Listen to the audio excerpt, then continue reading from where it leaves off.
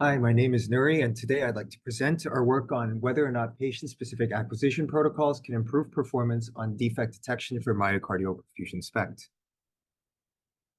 We'll begin with the motivations for our work.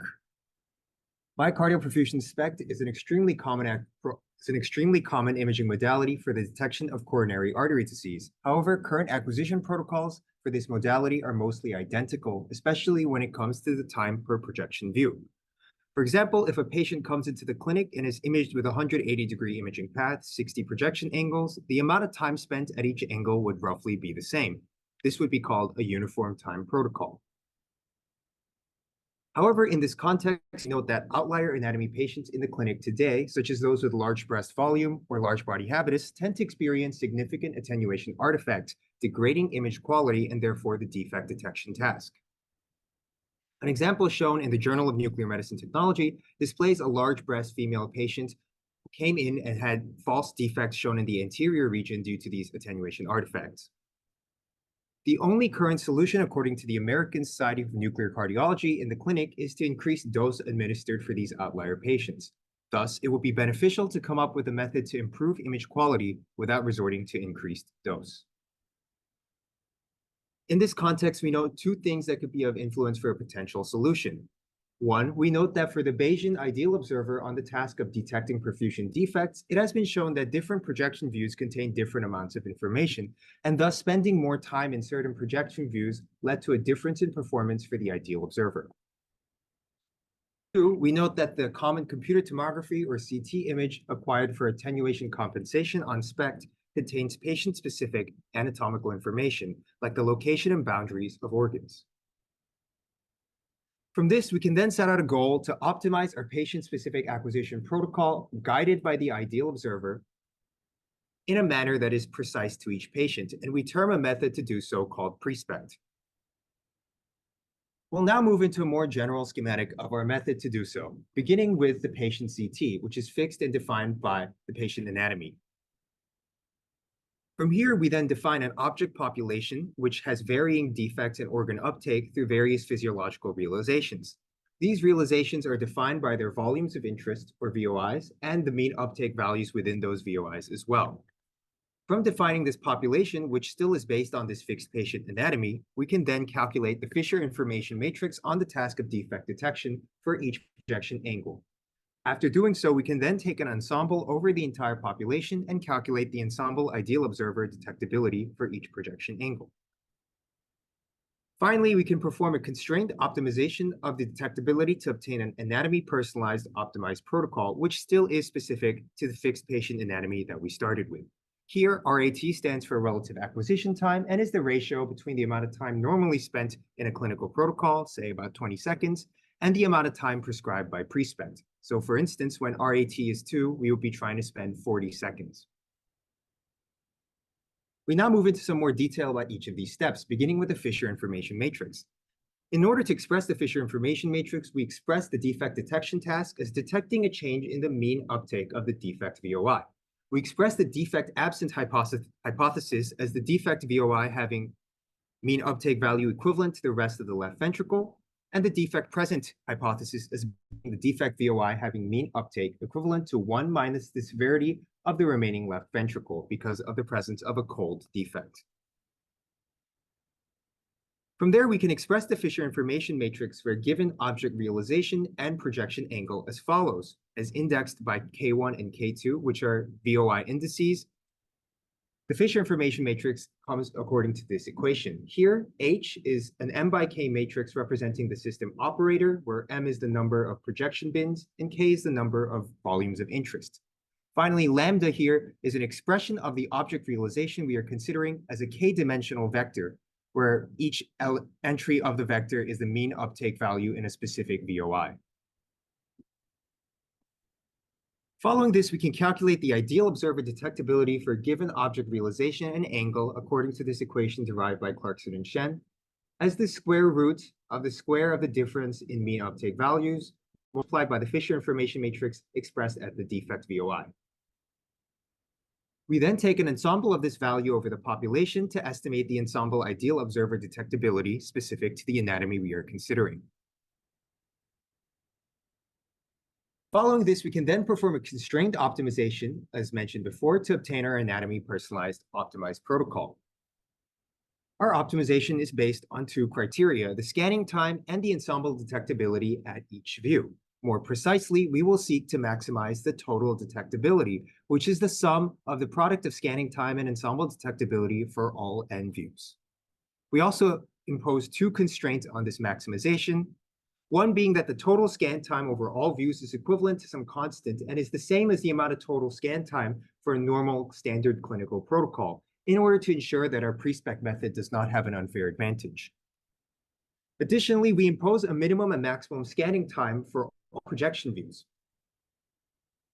The reason for the second constraint is that it is necessary to ensure tomographic reconstruction. This is because otherwise the ideal observer guided approach will attempt to spend all of its time at the 2 or 1 angles that maximize ideal observer ensemble detectability, leading to a limited angle effect and preventing proper reconstruction. The specific threshold values that we used for each patient was determined as hyperparameters in an anatomy or patient-specific selection step observer study. In short, once we had calculated the ensemble ideal observer detectability, we computed multiple constrained optimizations using different threshold values. And then using a small selection set, we performed an observer study to choose the one protocol with the thresholds that maximize detector performance. This became our final PRESPECT protocol. We now move into describing the evaluation studies we conducted to evaluate our method. Here's a general schematic of each of the procedures that was performed for each anatomy. Beginning with the activity map as defined for a specific anatomy, whether that be a physiological realization or a fixed patient with activity and anatomy determined a priori, we've simulated SPECT imaging at low dose for both the uniform and patient-specific protocols, with the selection step aforementioned shown below. Following this, we perform reconstruction using ordered subsets expectation maximization, or OSEM, followed by post-processing with a 3D low-pass Butterworth filter, reorientation to short axis, and then finally task-based evaluation on the task of detecting perfusion defects using a channelized Hotelling observer. We'll begin with a description of our first study, an anatomy-specific study. The goal of this study was to evaluate if non-uniform protocols could improve the performance of the anthropomorphic observer on defect detection. To do this, we performed an SKEBKS, or signal known exactly, background known statistically, task evaluation on 15 large breast extended cardiac and torso anatomies. In other words, we have 15 test sets, each composed of 800 physiological realizations shown.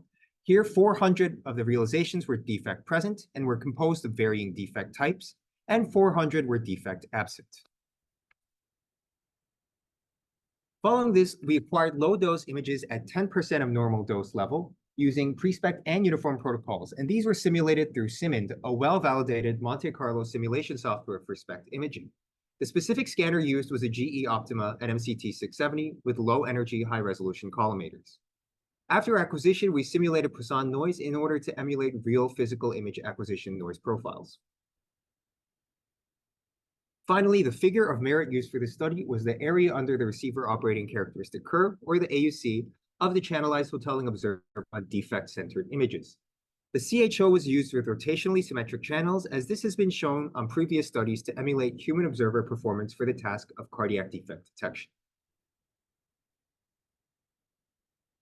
Our second study was a virtual clinical trial, which is a validated alternative means to evaluate clinical imaging technologies. In short, a virtual clinical trial is similar to a regular clinical trial, except that the patient being imaged, the imaging procedure, and the evaluation are all simulated through computer software.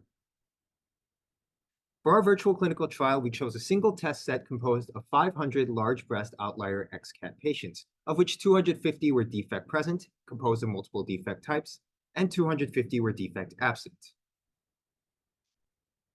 Again, we simulated low-dose acquisition for both protocols, and the figure of merit and primary endpoint for our virtual clinical trial was the difference in AUC for the channelized Hotelling observer observed between the two protocols.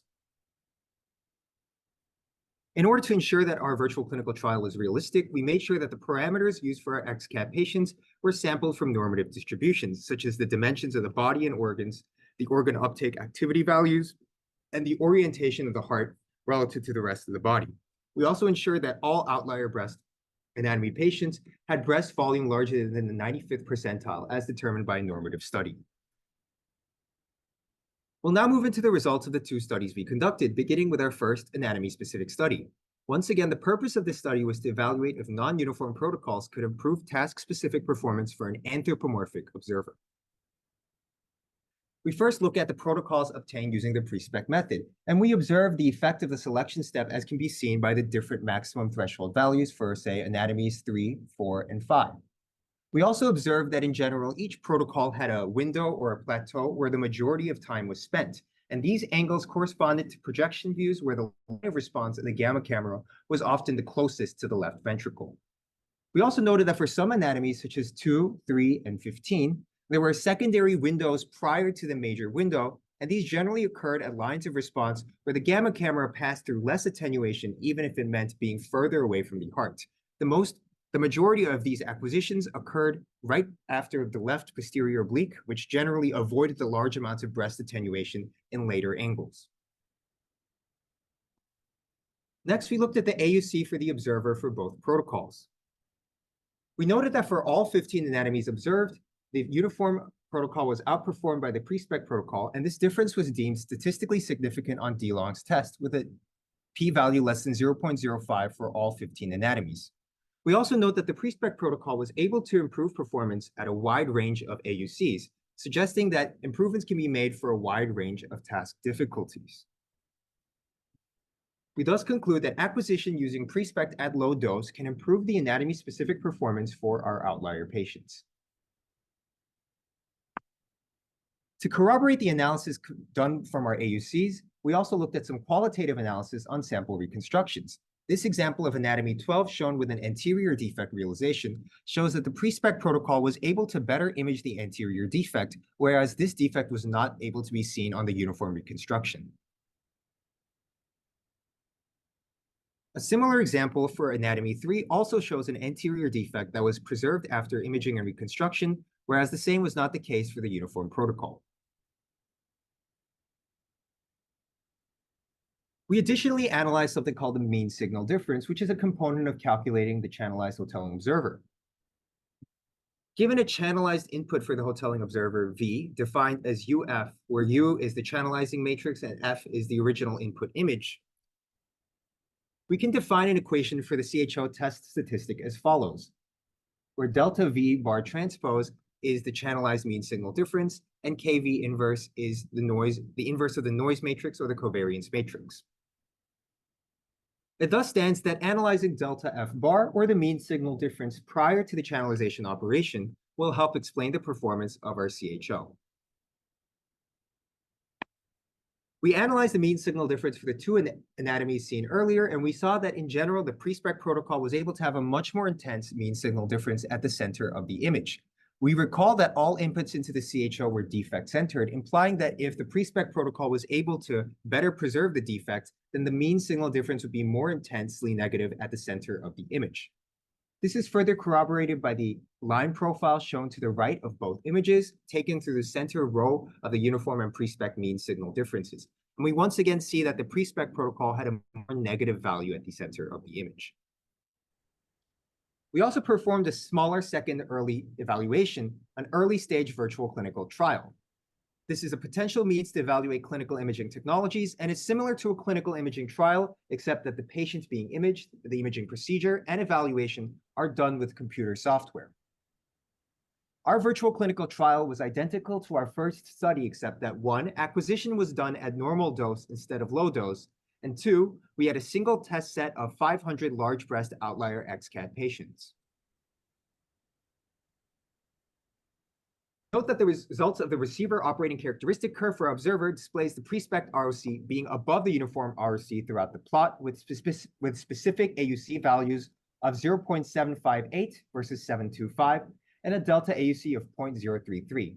This was deemed to be statistically significant through DeLong's test. This suggests that acquisition with PRESPECT could potentially improve performance in general for a larger group of outlier patients, but more analysis needs to be conducted. In conclusion, we designed a potential strategy to derive a patient-specific acquisition protocol for personalized imaging, which we call PRESPECT. Going back to the question posed at the beginning of our presentation, could patient-specific acquisition protocol improve performance on defect detection for myocardial perfusion SPECT? Our studies suggest that there is promising evidence this could be the case. However,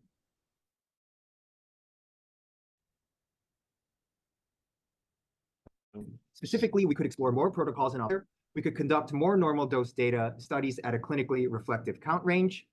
We could simulate our results on clinical data to see if they carry over to real patients. And finally, we could see if our results generalize to a larger patient population by looking at non-outlier patients. Thank you very much for listening to this presentation, and I'd be happy to take any questions.